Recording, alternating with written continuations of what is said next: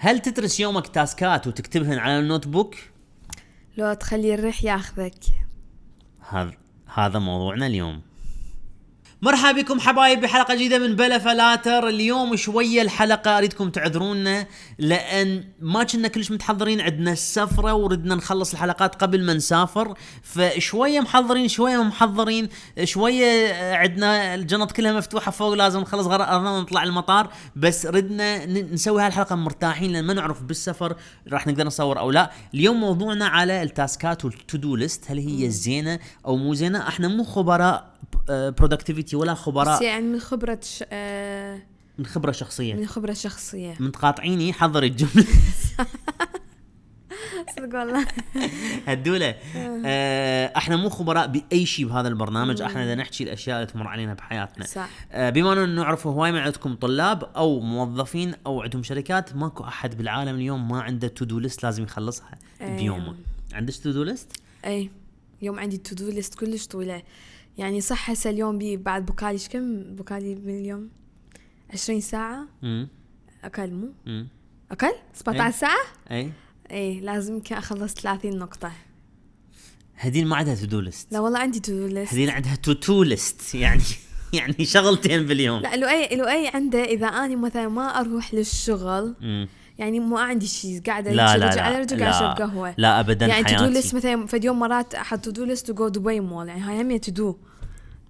هذا موضوعنا اليوم. جايز احنا باكر بالضبط عندنا السفرة، بدنا نتحضر لها. ذبحتنا بالسفرة، ذبحتنا صار لك كل 20,000 حلقة تقول سفرة ولا كأنه عنده جواز أوروبي يومين سافر. راح يروح في قارة جديدة. اللي عندهم أطفال والأهل يعرفون إنه جد السفرة هي حدث ورا ما يصير عندكم أطفال، لأن ما تعرف يعني بالضبط لعبة مال طوبة فريقك راح يفوز لو راح يخسر، ماكو تعادل، اللي يخسر يطلع. كم جنطة عندنا؟ 4 جنط جهال 2 عرباين 2. 4 جنط على 30 كيلو، يعني ايش كم كيلو؟ 4 جنط على 30. لا 25 كيلو يعني 100 كيلو بس. اي 100 كيلو. عربانتين اكيد يحتاج ترولي نصعده بالجنطة بالطيارة، وباك باك مالتي واطفال 2. كم ايد عندنا؟ 1 2 3 4 ايدين. 4 جنط ترولي. هو اصلا السفر ما قالوا سفر الاطفال، سفر الكبار. مو صح؟ يعني انا ما اعرف شلون راح نوصل للمطار، انا سحاير بالطلعه مال الباب البيت. ما حد متوتر غيرك انت. طبعا هي كلها براس منو راح توقع؟ براس الاب. الجوازات عند الاب، الجنط لازم الاب يشيل. الامايه جايز وانا نروح نشرب قهوه، تردون عصير برتقال لو تفاح، دخت من التفكير.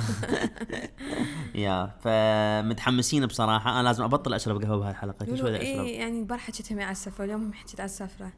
صح. هدولة، هل احنا جاي نعيش؟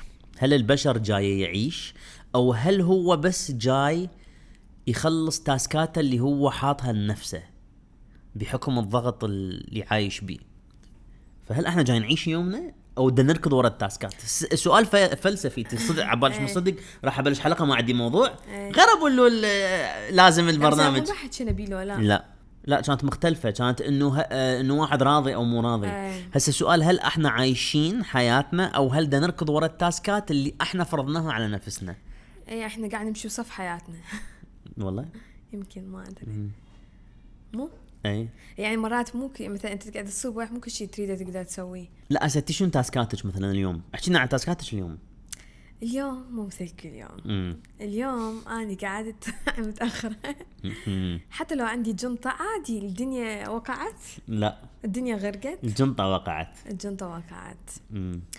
لا شنو تاسكاتك بيبي صدق؟ تاسكات اليوم اي شنو لازم تسوين؟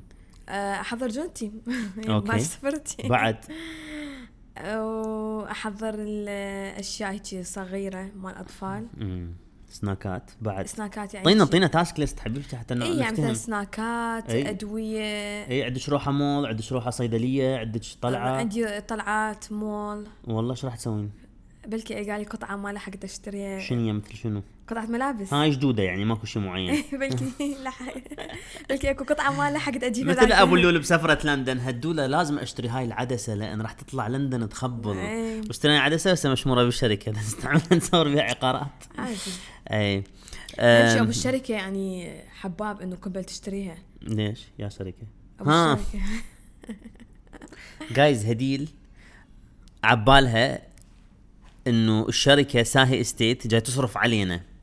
الله يخليك. فهي من تحكي تقول واو ايش قد حلو الشركه مالتكم مثلا جابت لك ايباد. اي اصلا اقول هديل انا رحت جبت الايباد قالت لي بس بيا بطاقه. هي مال الشركه تقول لي يعني الشركه هي تصرف عليك. فشنو من شركه رهيبه يعني هاي. فلما مرات اقول لا تخلي شيء بقلبك يا اهل الشركه يدفعون. سويت تأمين صحي قالت لي التأمين هذا خو مو احنا دفعناه. قلت لها شلون ببلاش؟ قلت لي يعني المفروض الشركة تدفع. المفروض الشركة اللي انت مالتك يا بس هذا تفكير كلش همين يعني هو صحيح مو غلط تدري. بس يعني واحد يتهرب من المسؤولية. يعني مثلا ما تقول انا اشتريت اليوم ايباد تقول يلا هو للشركة. اي عرفت للشركة. يا صح. اذا كنا ناس يطلعون سيارات جديدة من الشركة. هدول الشركة تريد ديزني البرازيل. روح اكو معرض سياحي عقاري مو سياحي. نرجع موضوع التاسكات. انا تجي ايام احس انه قبل كنت اسوي تاسكات هالقد بيومي كلش وايد احس ضغط. احط تاسكات مال اسبوع بيوم واحد غلط. وبس الصبح واحد متفائل فاتصور انه راح اخلصهن. هدوله يجي وقت الغداء مخلص تاسكات 2. انا كاتب التاسكات تدرين شلون اتوتر على روحي كلش وادخل هيك انه انا مو زين ومدى اخلص شغلي وما اعرف شنو. بعدين اكتشفت بعد ما شويه بحث عن الموضوع شفت انه الانسان يقدر يسوي 2 إلى 3 تاسكات كبيره بيومه فقط. والباقيات مايكرو تاسكس صغار. يعني هم يقولون مثلا يقولون او ما يعني كم ما تنام اكتب انه شنو تسوي ثاني يوم مثلا يعني اكثر شيء 5 أشياء. سوري هم هواي 5 أشياء. لا مثلا يعني مثلا 2 مهمات. مثلا 2 ممكن يطورن من يومك او من حياتك. بالضبط 2 لازم يعني تقعدي لهن قعده هاي ام الساعه ساعتين. اي والباقيات يعني اشياء صغيره. اي فكنت ادخل باحباط كلش عالي انه ولا تنسي مشان عندي تيم همين. انت ما اشياء توصل سوري قاطعتك. لا عادي هو طريق سريع صاير. حط اشعار.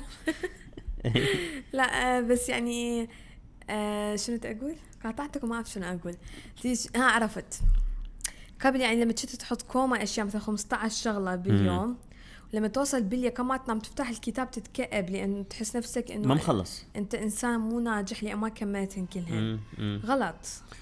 فهسه صرت احط تاسكات واقعيه وهسه صار عندنا تيم همين يعني قبل كانت هواي اشياء انا لازم اسوي الاوراق الامور الاديتنج.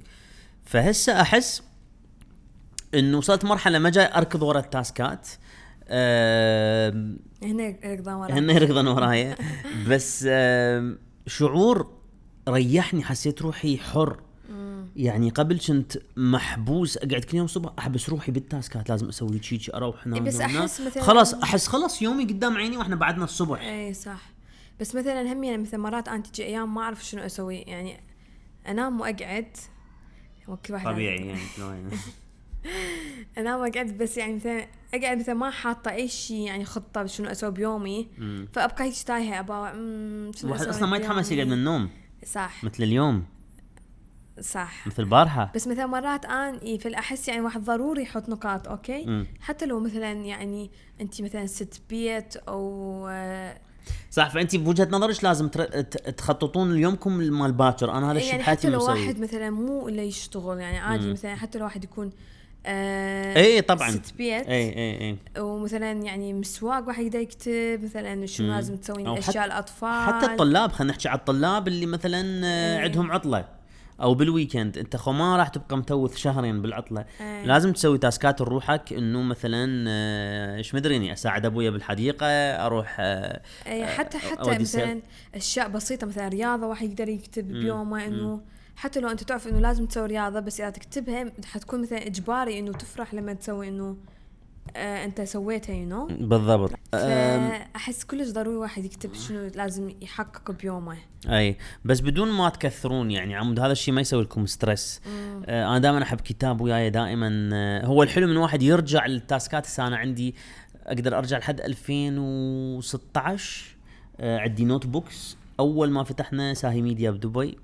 الحدث ابع تاسكاتي، منو لازم اخابر، منو لازم التقي بمنو، الافكار اللي عندي. تدري قد عندي افكار كاتبه من سنين الحدث مسويهن. فحلو واحد يكتب التاسكات اللي يريد يسويها، مو الا هو يخلصها. بس لازم يكون عندك جايد. فاحنا ما عايشين على مود تاسكات، بس التاسكات ترتب لنا شويه يومنا وحياتنا يعني انت تقولين تاسكين 3 كبار. هو هذا الافرج الحقيقي بصراحه. اي يعني واحد ما يحط ضغط على يومه او نفسه. وصارت عندي حاله انه قبل مثلا هسه مودنا نصور حلقه، ما راح تخلص الحلقه راح احس روحي انه انا هسه راح يبلش يومي وكل شيء ما مسوي بيومي. بس هو غلط. انت هسه لا، هسه بيج سويت بيج يس على تاسك كبير هو اسمه بلا فلاتر. فانا اليوم يومي نصه خلص تقريبا. فبعد لي تاسك وحده مثلا هسه لازم اروح عندي مشاوير ما ادري شنو، خلص يومي. ما اضغط على روحي انه اعتبر انه الكونتنت هو ولا شيء. قبل اعتبر انه الفلوج والكونتنت هو تضييع وقت بالنسبه لليوم الحقيقي اللي بيه بزنس اللي بيه شغل. بس هو هذا الشيء غلط. لا هو يعني part of your day. التاسكات مشكلة التاسكات الهواية انه تخلي واحد بعد ما يحلم. لا اي مثلا يعني شلون ما يحلم يعني باعي من تكتبين انت شنو ترين تسوين بيومك، دا تنظرين بس اليوم. ما تنظرين بعد اسبوع شهر شهرين. لا بس اكو همينه مثلا هاي شايف انت اللي ما كنت مقتنع بيها وتسويها بداية السنة مود بورد. اي انه شنو تسوي نجاحات هاي السنة. هاي مال اقصقص غيمة اكتب عليها ايدا سافر ماي باشن. لا شمس اكتب عليها. لا مثلا اكو ناس هواي حققت مات هاي يعني احلامك تصير قدام عينك. فبالعكس هاي الشيء يشجع. اكيد. انا عندي طريقة ثانية. كل سنة اختار صورة تكون الباك جراوند مال تليفوني. فانا هاي السنة تايجر. يعني شنو؟ شراسة، سرعة، دقة، سرعة، خفة، حرارة، طلقة. اراويكم السنة اللي فاتت، السنة اللي قمت اصور بيها دوكيومنتريز مثلا بالعراق، كنت حاط هاي الصورة مالتي انه انا كنت بالطيارة. هاي الصورة انا طاقها باي ذا واي من دبي لبغداد. اكو هيك صورة تخبل. فكنت كل ما افتحها اقول ها لازم اروح لبغداد عمد اصور دوكيومنتريز وهيك اشياء. بعدين شفنا الموضوع شوية متعب، رجعت خليت برج خليفة لولو ركز على دبي. فهاي كل شيء يلعب دور. الباك جراوند مال تليفونكم شلون راح يومكم يتطور. انا حاطه مالديف. لا انت حاطه مالديف. مالديف انا وياك. ايه يعني بس عم تسفرني يعني بلغة التليفون تقول هاي اكيد مشتاقه مالدي. انا برايي التاسكات تخلي واحد بعد ما يحلم. ليش؟ لان ينظر بس للشورت تيرم، الاشياء لازم يخلصها. المايكرو تاسكينج واحد من يقول مثلا خلي املي الاستماره مال البنك. هاي شغله تطول ساعه وراح يعصب وراح ما يعرف يمليها ويسوي لها ابلود تطلع كبيره ما اعرف شنو. راحت ساعتين من يومك وانت مركز على التاسك. هو ما راح يقدمك وراه، راح ياخرك. ادري انت لازم تسوي هذا الشيء، بس اكو حلول اخرى شلون تسوي هاي التاسكات الصغيره. اول شيء اذا انت شركه تقدر توظف شخص هو يسوي لك الادمن وهاي الامور. هوايه من العرب والعراقيين يريد يسوي كل شيء بايده. هذا الشيء غلط. انت من راح تملي يومك تاسكات؟ من قاعد يحكي تعلمتها. من راح تملي يومك تاسكات؟ شلون راح تبقى تحلم؟ شلون راح تبقى تصفن هيك من الموظفين كلهم دا يشتغلون وانت ترجع لي ورا وتقول انا المفروض مو اشتري سياره، المفروض اشتري سفينه. تخلي هذا طموحك. انا المفروض ما فاتح سوق بس على العراق، لازم افتح سوق على الخليج كله. شلون؟ بس اذا انت ملتهي وعصبي وتعلم بالموظف وتعصب وياك وتقعد ويا الزبون، ما تلحق. وين راح تلحق تكبر شركتك وتحقق احلامك ويعني توسع اليوم دحرة. فلهذا انا اقول هو حلو، بس انا وقعت بهذا الفخ انه كنت متصور انه تاسكات هي اهم شيء. عمود واحد يكون برودكتيف. وفترة كبيرة من حياتي هدولة سنين. هسه اراويك عندي كوما نوت بوكس، يعني كمية التاسكات شو حاطها لروحي. بس هل هذا سبب من اسباب نجاحي؟ ممكن. يجوز. يجوز. راح تعيدين كل شيء اللي اقوله؟ ايه. لا ممكن سبب من اسباب نجاحي انه يعني انا مو ناجح بس لا انت ناجح ونص. لا يعني اذا اقارن نفسي بنفسي قبل هسه انجح من قبل، بس ما ادري هل هذا الضغط اللي كنت حاطه لنفسي كان صحي او لا، ما ادري. هو الانسان يحتاج ضغط. بس يعني يمكن اذا انت كنت حاط نفسك ضغط، لا بس يعني ممكن هو هذا الضغط خلاك انه صدق توصل وتنجح. يعني مو انه كل شيء مثلا اليوم يعني اكيد انت كانت اشياء تسويها اكثر انه افكار التصوير. لا كنت ادخل بليفل انه يعني حتى اذا اريد مثلا نزور احد احطه بالتاسك. لا اذا عندي ميتينج ويا احد بس مثلا من اجمل الاشياء بالحياه ما تصير تاسك. يعني انا ماكو اي تاسك بالنوت بوك مالتي انه تزوج هديل. مثلا هاي ما كنت حاطها تاسك، هاي اجت رقعت التاسكات كلها واصلا شق النوت بوك كله حلوه هاي ضربت التاسكات كلها و مو كل شيء. الاشياء الحلوه بالحياه صدقوني ما راح تقدرون تحطوها بتاسك. مثل ما انت من تسافر تكتشف اشياء اكتيفيتيز ما كنت تدري انه راح تسويها بالسفره، مثل بونجي جامب، مثل زيب لاين، مثل تدخل بكاياك بنهر. هاي كنت ما تقدر تحطها بتاسك ليست. اي لا مثلا يعني مثلا احنا مجربين هواي سفرات انه مسوين بلان انه على الاوقات هيك نسوي، على الاوقات هيك نروح. ما ابد ما متونسه بهذا الشيء. بالعكس مثلا تروح مثلا دوله وانت تكتشفها شو ما انت تريد، تختلف مما انه تسوي بلان. صح. يعني احنا وايد سفرات رايحين انه كل شيء يعني مخطط على الاوقات وال على السكجول. على السكجول. انا يطير عقلي من نروح سفره، بس كنا مجبورين قبل من كنا نسوي كولابوريشنز ويا فنادق انه يطولنا سكجول لازم نمشي عليه. انت بين هوليداي تريد اتصور هي المدرسه علمتنا انه عندنا تاسكات، والتاسكات تؤدي انه انت خلصت يومك، خلصت اسبوعك، وبعدين يجي الامتحان، وبعدين تجي الجامعه، وبالجامعه هم يصير اكو تاسكات. فاحنا متهيئين على هذا الموضوع. هو مو غلط اكيد، عمود واحد يعرف هو وين واصل بحياته، وين واصل بالهدف اللي يريد يحققه. صح. اكيد يعني شو ما قلت لك انه مثلا اكو ايام واحد اذا يقعد ثاني يوم ما عنده فد شيء، يا مرات هم الافكار تحس تايه بالضبط. الافكار تطير. هاي شغله كلش مهمه. انت اليوم عندك فكره اذا ما تكتبها طارت راحت. احنا احيانا نحكي نسولف نقول نسيت شنو اريد اقول. فتخيلي الدايركشنز تقدرين تاخذيها يعني شو اسمه. بالعكس تساعدك. بس هي قد حلوه هاي شخطين المربع هذا من شخطي اويلي. احيانا نقعد انا والتيم نقول اوكي يا فيديو نزلنا على اليوتيوب هذا انشخطه خلصنا من عنده راح الهم مالته. احلى شيء. احساس كلش حلو انه واحد يحقق فد شيء. يا انا من كانت هدي الحامل وجابت سويت هيك يعني جابت يعني خلصت احس هم عليها كانت متعبه. هل تتصورين الميديا والتكنولوجيا هم خلتنا شوية نفقد من الحياة مثل ما هي تجي، وخلتنا انه كل شيء مرتب، الايميلات النوتيفيكيشنز تجي فلان ما اعرف شنو، والواتساب خلانا 24 ساعة لازم نسوي فد شيء؟ مو كانت الحياة ابسط شوية قبل؟ انت تقولين انه واحد ما منظم يومه، بس مو هم كانت بيها متعة انه واحد ما يعرف شو راح يصير بيومه؟ يعني واحد شنو يصير بيومه؟ لا السؤال هو يعني انا اتصور انه التكنولوجيا هم ضخمت هاي الفكرة انه لازم عندنا اشياء نخلصها بيومنا. صح. بس هل هو هذا مو وهم انه يعني اوكي اذا انا بلشت ما عندي هدف بيومي اكيد ورا ربع ساعة راح ابدي اضوج، راح اوتوماتيكيا اسوي اشياء بيومي.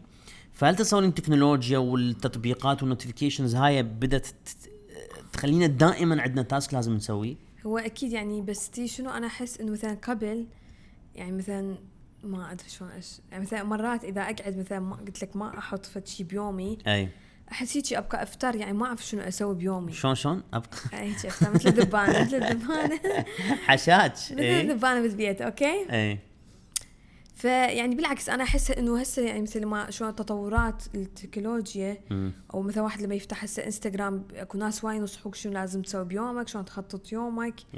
بالعكس انا اشوف انه هذا الانسان حينجح اكثر ويقدر يعني يحقق وايد اشياء بالسنه مالته. بس باعي تدرين اكو مثلا عندنا اكو تجار عراقيين ورقه وقلم ما عنده وكل شيء براسه وما عنده تاسك ليست.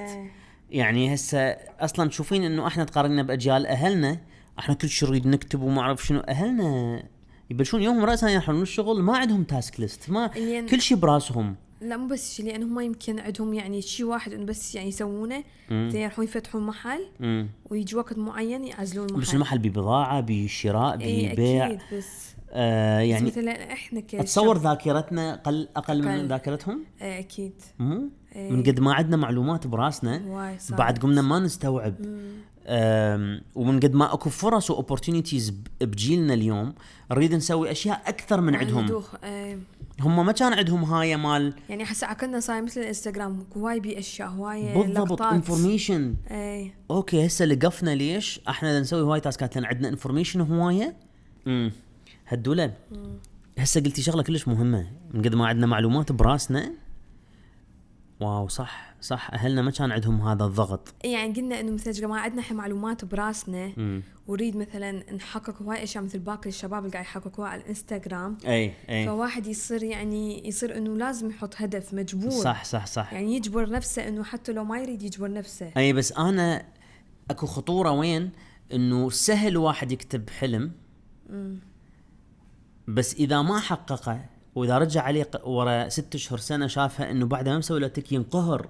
يعني ريل لذر وبيبر فروم ايطالي مثل هذا مولسكين، هذا عندي من عنده 15 او 16 كتاب اوكي بالمكتب، فمن احطهم كلهن يصير مثل الديزاين كلش حلو. مولسكين براند ايطالي. باعوا مثل ما تشوفون هنا عندي تو دو. هذا تو دو. لا بس الزم نوعيه الورق. التو دو ليست نو نيد تو زوم هير بت just to show. باعوا التو دو ليست مالتي صايره بهالطريقه، يعني اشياء معقوله بصراحه. مثلا لازم القي نظره على فيديو على مود التيم يعرف شنو اسوي بيه. لازم ادز حلقه لفلان، لازم اصور الفيديو الفلاني. اوكي بعدين نجي لسفره اوروبا، جيب بدلة هديل. يعني هاي لازم احطها في التاسك لان انسى. زين هدايا من المول، اكسشينج يورو. شنو بعد؟ مثلا اخذ الدرايفنج لايسنس مالتك. هاي اشياء هاي ريمايندرز لازم نحطها ببالنا. بس اكو اشياء نكتبها مثل احلام نتمنى نوصل لها، بس هي ممكن يعني تتحقق بس مو هسه، يعني تحتاج فتره. باعوا مثلا هاي من انجح العبارات اللي كتبتها. اوكي شنو كاتب؟ I should not run operations, I should only film videos. هاي وصلت لمرحله الانهيار انه كنت كلش هوايه مركز على الشركه. واذا تتذكرون جتني فتره على الانستغرام انزل فيديوهات بس مال شغل. كنت داخل بمود انه انا لازم 24 ساعه اشتغل. بعدين قعدت وين نفسي قلت I should not run operations, I should only film videos. هاي كتبتها ببغداد. صح. هاي غيرت حياتي. هاي ادت انه اليوم عندنا بلا فلاتر. هاي ادت انه رجعنا على الفلوجات. هاي يعني انت ما كاتب تاريخ، هي شو هاي تاريخها دائما اكتب تواريخ انا يعني بشهر السادس 2025 قبل سنه تقريبا. يعني واحد يحتاج وقت ليحقق في الشيء. هناك كنت شويه ضايع وتايه. هاي طبعا مو تاسكات، شوي طلعنا من الموضوع. بس كلش حلو. هنا من تتيهون وتضيعون شويه بالحياه سووا things I love. اوكي فهنا كتبت شنو writing, photography, editing, cinema, cigars, vintage design, bohemian life, interior design, classical lifestyle, filming, stand up. زين بعدين جيت بالاصفر قلت شنو الاشياء اللي ممكن اسوي عنها محتوى احبها بس ممكن اسوي عنها محتوى. انت كلها ما تعرفيها مو بيبي؟ لا قد ما نتشابه بهذا الموضوع. انا دائما اكتب هدول تجي تطقها بالوجه. بس ارد اراويكم كان عندي مو بهذا انا اكتب بالتليفون، بس هو يعني انت تحب انه تستمتع بالكتابه القلم والورقه. اي مثلا هنا باعوا قبل سنه ونص كاتب الروحي انجلش نيو شانل. اوكي 1 year and a half ago. وبعدك ما مكرر. ولحد هسه انا الفكره موجوده. لو نبلش قبل سنه ونص كان هسه اكو 50 فيديو على القناه وكان بيها 10,000 سبسكرايبر. كان هسه فاتحين يعني نيو انجل نيو بزنس على ساهي ستيت بالانجليزي. اوكي يعني التاخير هم مو دائما بصالح الاحلام. صح تاخير مصالح الاحلام، بس القصد هذا التاسك حاطه انا ما سويته، فالواحد يرجع عليه هم ينقهر انه هو ما سواه. فهي مو بالكثره. ايش قد منظم باع وصلت مرحله تفوت تشتغل محاسب. نو نيد تو زوم اون ذس. ساهي استيت ادمن سوشيال بغداد باز هذا مشروع ثاني. ستي مشروع ثالث. بيرسونال ساهي رينوفيشن موجود. تراس اواي تذكرين هذا المشروع؟ لا ماي جاد منو هذول؟ شوفي تاسكاتي بيها كنز. تراس اواي ما اقدر اقول الفكره بس هاي ما نقعد بقهوه ونصور وهاي بكل العالم فيديو ابو الساعه تذكريها؟ يا واحد يرجع على تاسكاته ممكن يحس انه هو عنده افكار عبقريه وما سواها فيشعر باحباط. بس ممكن واحد يقدر يرجع يستخدمهن. ممكن طبعا يعني هاي تراس اواي فكرتها نقدر نقولها مو حتى اذا تنباق عادي. لا عادي ما لا متابعيني ما يبوقون. هي اصلا مو فكره يعني عادي وحتى اذا يسووها راح يكتبون الفكره جت من لؤي. هي اصلا فكره بايخه. جايز فكره تراس اواي انه احنا نسافر وين ما نروح بالعالم نحط حتى لو بدبي نحط كاميرا بالقهوه اللي احنا قاعدين بيها فيو مثلا برا على الشارع سانسيت فد شيء حلو نخل امور فالي سيارات مرتبه بحر يعني هوايه اماكن مختلفه ونخلي الكاميرا تشتغل وهيك بس نسمع صوت القهوه وننشرها على قناة للناس اللي يعدهم شوية وحدة أو عايشين بحدهم أو مثلا دي يدرسون ويردون يحسون أكو حياة يمهم يسمعون صوت القهوة الطقطقة مال الكابوتشينو. والله حلوة الفكرة هالدولة حلوة أي بس بعدين مسوي دراسة كنت لازم ندفع فلوس لهواية مصورين بكل العالم عمود هم يصوروننا بهالطريقة على مود القناة تصير بيها فيديوهات طبعا أو إحنا نسافر بس ما تسمع. أي قولوا لنا إذا هاي الفكرة حلوة حطوا لنا لوجو مال قهوة يعني ايموجي مال قهوة. هي حلوة يعني مثلا مرات لما يعني واحد يطبخ أو قاعد يسوي شيء ثاني بس باله مو يم التلفزيون بس يقدر يفتح هيك فيديو يعني بالباك جراوند ويسمع أصوات كأنه مثلا قاعد بمكان. بس أنا أول ما خرب الفكرة رواد قال لي إيه متحمس تجي تشغل الكاميرا واول ما تبدي تصور يجي قاعد يمك واحد هندي يتعارك وين مرته بالتليفون. اي شوفوا التاسكات واحد يرجع عليها تقدر تخلق لكم مشاريع كامله. جايز احنا ترى مو برنامج تلفزيون ما عندنا خبره بالراديو فاذا تجي حلقات يعني الموضوع مو 100% احنا مو بروفيشنال. احنا حابين هاي اللحظه انه نقعد نسولف وياكم عن اشياء هسه انا اكشف لكم افكار عندي اياها لو ما هذا البودكاست ما كشفتها. صح طبعا. اتصور انا عاجبني كلش اسوي حلقه كامله على النوت بوكس مالتي. شنو رايك نسوي حلقه اي ريفيو اول ماي نوت بوكس. اي تذول في يوم لازم تروح للمعمل مالتهم. تدرين اكو نوت بوك راح نحكي بيها اكيد بالنوت بوك يعني ابيزود بس حاكي عنه حاكي بداخله تعرفت على بنيه ادري لون احمر اي واسمها وين هو يعني اسمها هديل وكتبت اتصور راح تغير حياتي. يقول لازم تبلشون بالمهم والمستعجل.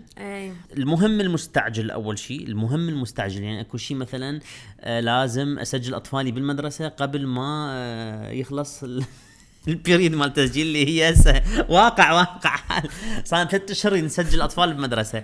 لا هم اصلا لما حتبدي المدرسه اللي هي بعد 4 أسابيع راح نفوت من قدامها واحنا رايحين نجيب قهوه نقول لهم باعوا هناك نريد نسجلكم.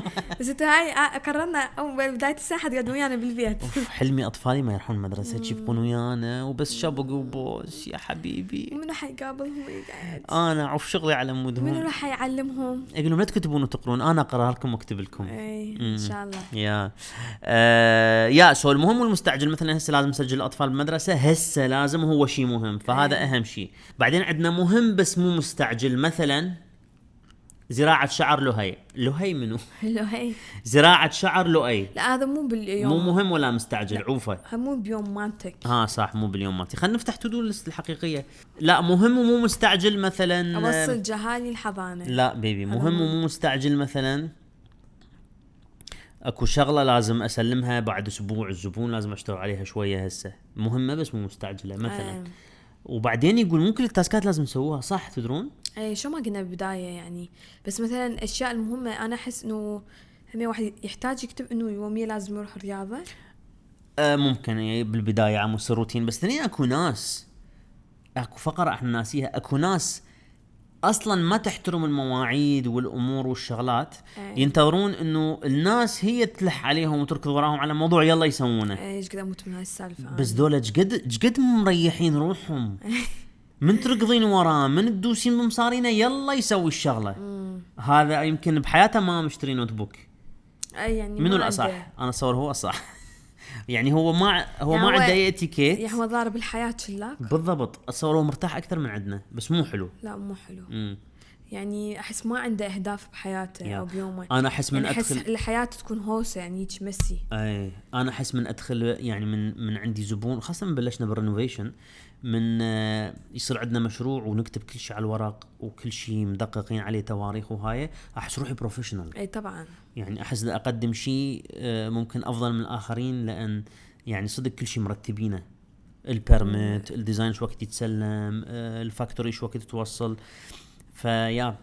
فاحنا اذا عندنا احد فوق راسنا دائما نتعلم 24 ساعه نكون منضبطين، بس احنا ماكو احد فوق راسنا. احنا هسه فوق راس نفسنا، وهاي الحقيقه اللي تألم من واحد يكبر، انه توصل مرحله بعد ما حد فوق راسك الا اذا انت موظف او عندك مدير او شيء، بس الانتربرنور ما حد فوق راسه، وهاي اخطر شعور تقدر تحس بيه. لا واحد حتى لو موظف هم اكيد عنده تاسكات يعني شخصيه. اي بس هي الاداره تعطي التاسكات، لا فهو مرتاح تجي تاسكات جاهزه. احنا لازم احنا نخلق تاسكات نروحنا هدوله. لا قصدي مثلا واحد هم عنده تاسكات شخصيه. اي يعني اكو اشياء شخصيه، مثلا لازم اروح طبيب، او مثلا لازم اسوي شيء في شغله بالبيت. يعني هم واحد هم عنده اشياء شخصيه. اي اكيد بس اتصور من يقول لك الوظيفه ارواح لي، احنا نقول هذا خدران وكسلان يدور على وظيفه. الوظيفه مو سهله، بس الوظيفه شنو ارواح؟ انه الموظف ما عنده هدف معين. الهدف يجي من الاداره، هو بس لازم يطبق ينفذ يسوي برزنتيشن طب اجتماعي يحكي فكرته يطلع خلاص. تصير ساعه 6 بعد ما عنده تاسكات بيبي، خلاص يسد الكمبيوتر وعاش اي شيء. بالضبط. فاحنا جزء نحكي عن وجهه نظر انه هي قساوه الانتربرنور شيب، اللي واحد عنده شركه اللي واحد مؤسس ستارت اب، هذا اذا ما عنده بارتنر، هم ما عنده بارتنر، يعني انا ما عندي شريك بالشركه، بوحدي بوحدي يعني. فيا مو سهله. الموظفين اكيد يساعدون، بس الموظف هم احيانا يعني لازم تعطي تاسك، وجهة نظره شوي محدودة، انت عندك فيجن شوية اكبر، هو بده يباوع بس بالقسم مالته. هاي كلها بصفحة. واكو كلمة حلوة عراقية، هي مو حلوة بس انا احبها، اللي هي السخطة. واحد من يسخت، يعني بالايطاليين يسموها دولشي فارنينتي، the pleasure of doing nothing. هاي my favorite. اي هاي مال واحد يضرب الدنيا شلاق وكل شيء ما يسوي. هاي مال كل شيء ما تسوي. جايز هاي تجيب لكم طاقة، تجيب لكم نشاط، وضوح، راحة نفسية، سلام داخلي. ولو تسوون 100,000 تاسك تكتبون بيها سبا بيلاتيس يوغا وتروحون كلين تسوون، ما توصل للسخطة. فواحد لازم شوي احيانا يرجع لي ورا، اللي هو احيانا يوم الجمعة عند العرب، عند الاوروبيين يوم الاحد، انه هاي كل شيء ما اسوي. الله اروح اشرب قهوه اتخبل واحس من اجي من اسبوع مليان تاسكات، وادخل بالويكند ما عندي شيء. الله هيك ترتاح دقيقتين وبعدين تسمع هذيل سياره صيانه اي شيء تنظيف اساس شلون كنت حطيت هاي ما اسويهن درج وسويت لا من تخلص كل مواضيع البيت. لولو اشتريت سياره على مدة سابق ويل اطفال، بس ما شدينا الاستيرن صح. هدوله نعم انت فيلم هندي، ولهذا طالع وجهك شويه يشبه الممثلات الهنديات. اي والله تدري عم تلعبين الدور مال الفيلم الهندي. تدرون ايش قد ناس يوقفون راح تسوي بدلتها مال العرس اللي راح نروح له بعد كم يوم. طب المحلات مال الخياطين يحكون اياها بالهندي، تقول نو اي سبيك انجلش. عبالهم ممثله اني هنديه. اي عبالهم ممثله هنديه متكبر عليهم ما تريد تحكي هندي. اي ما نعرف الاماكن كلها اروح لكم. شلون بومباي؟ شلون كانت بومباي؟ والله عندهم كلش طيب اكل والله. اي سبورت ايتش اذر، هي بارت اوف ذا تاسك حبيبتي. انا احيانا يعني احس هديل تدعمني باشياء انا ما حاطها على الورق، وهاي الاشياء انا اصلا ما مباوع عليها، لأن نرجع الموضوع انه ما عندي شريك بالشغل بالشركه. فهديل هي صارت مثل الشريك مالتي بطريقه اخرى، انه هي مور استراتيجيست. يعني تعطيني الزبده، واحيانا الزبده المزعجه. صح. يعني انه فلان شغله لا شايف انت بداخل بتاسك معين ويجيك واحد يقول لك شنو هاي تضيع وقت يابا انت شنو تفور وعلى عناد تريد تخلصها وجوز هي اكو حقيقة بالكلام اللي قالته بس انا على عناد اريد اخلص هذا التاسك واعرف انه هسه حكيها ممكن يراوني انه هذا الشيء غلط وبعدين يطلع غلط لان ليش لان يجيك واحد من برا دا ينظر انت ايش دا تسوي صح دا يشوف الحياة مو مهم انه انت تخلص هذا الشيء فكلش مهم انه انتم ككابل هم يدعمون بعض خاصة حكينا على موضوع انه تاسكات همي من تاسكات بالضبط شنو من تاسكات بيبي طباتك عوجة بهذا البودكاست بيبي يعني قصدي ايه يعني الاشياء المهمة باليوم انه يعني تخلصوها سوا مثلا اذا اكو شيء اقدر انا اساعدك اكيد حقدر اساعدك اي يا مو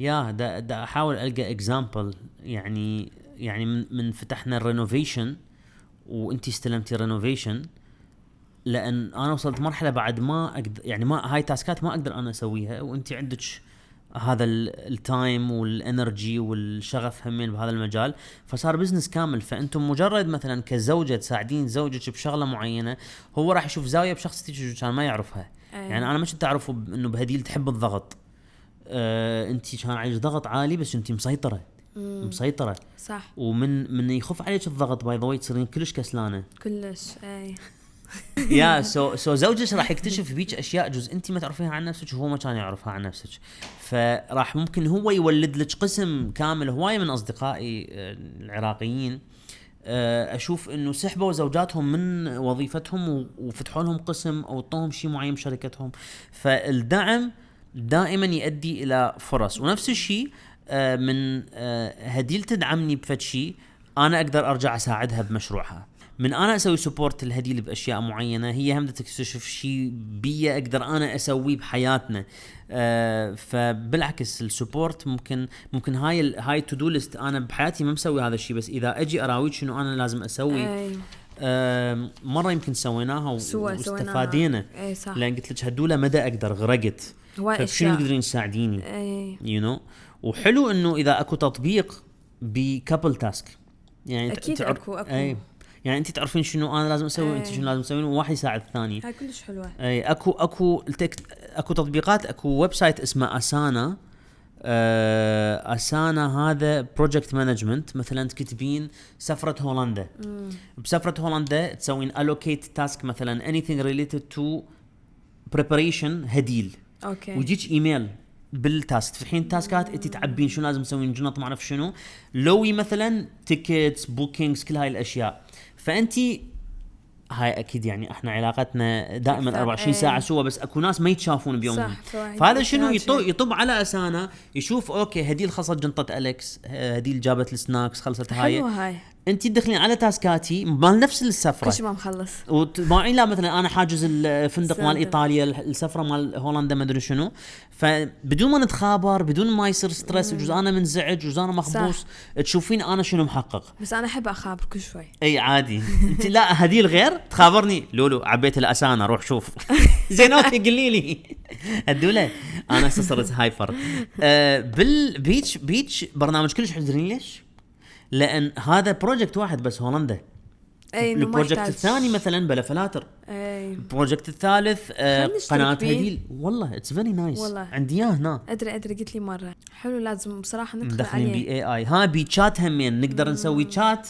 انه بخصوص هذا التاسك هذا الشات مالتنا يعني ما اخرب الواتساب مالتي بموضوع مثلا بلا فلاتر يصير بلا فلاتر كله هناك اي حلو هيك نبدي نستعمله مو انا مشكله احب الورق هالدوله كم مره حاولت اروح ديجيتال هسه الايباد مالتي بكل هذني الامور وكل شيء ديجيتال واقدر من عنده ادز ايميلات وصور ورأسا بس احب هذا ما ادري يعني انت كلش متعلق بالورق اي بيبي الورق بي ريحه بعطر بقهوه واقعه بسفره هذا كم سفره ماخذه هذا الكتاب هذا الكتاب مسافر يمكن 20 سفره وياي اكثر من عندي فهذا بعدين بنشوفينه يعني مو احلى من تاسكات؟ طبعاً. التاسكات اذا حطيناها ديجيتال تندثر. هو في النهاية يقول لك مو كل شيء يعني يعني حاول انه مو كل التكنولوجيا تغدرك تستخدمها او اي تغدرك. هسه اكو ناس يعني من تعلق باشياء هي صدق حقيقيه.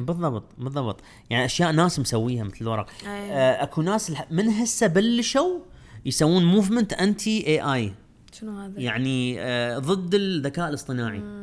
يعني لا. يردون يسحبون من الذكاء الاصطناعي. ماكو ناس مدمنه على هذا الشيء. يا صح. شو فانت هم تنصح انه ككوبلز يعني هم تنصح اتصور الكابل هي مثل الشركه لازم يكون عندنا تاسكات مشتركه دعم نشتغل عليها. اي وبهالطريقه راح تشوفون انه قد زوجاتكم يتعبن وقد رجالكم يتعبون. راح تشوفون التاسكات اللي عندكم اياهم بنفس الوقت، حتى بعد ماكو واحد يلوم الثاني انه ها انت ليش ما سويت هيك، انت ليش ما سويت هيك. يعني جزء راح تيجي تشوف البورد مليان اشياء زوجتك مسويتها وانت ما تدري. ونفس الشيء بالعكس همين. صح. اوكي حبايب، هذا كان خلينا نقول الاوت تيك مالتنا على هذا الموضوع. هل التاسكات زينه او لا؟ اتصور الحياه تحتاج لها نظام، بس شويه خلوا فلكسبيليتي روحكم، خلوا حريه، خلوا اهداف شويه اكبر بعيده وممكن هي الامور تترتب من كيفها. لا تدخلون كلش مايكرو مانجمنت بالتاسكات، لا تدخلوا لي تفاصيل بسيطه، تفاصيل كلش بسيطه. كلش الموضوع من يصير مستعجل عليه ضغط هاي خلصه.